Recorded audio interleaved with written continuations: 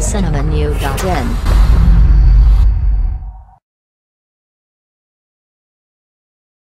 Tamil cinema நேயர்களுக்கு வணக்கம்.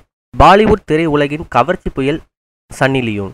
இவர் தற்போது பல ரியாலிட்டி ஷோகளில் பிஸியாக உள்ளார். வட இந்தியாவை தாண்டி இந்தியா முழுவதுமே இவருக்கு ரசிகர் கூட்டம் அதிகம். தமிழில் கூட வடகரி படத்தில் ஒரு பாடலுக்கு நடனமாடியுள்ளார். இந்த நிலையில் தமிழக இளைஞர்கள் விஜய், அஜித் என்றுதான் பேனர் அடிப்பார்கள்.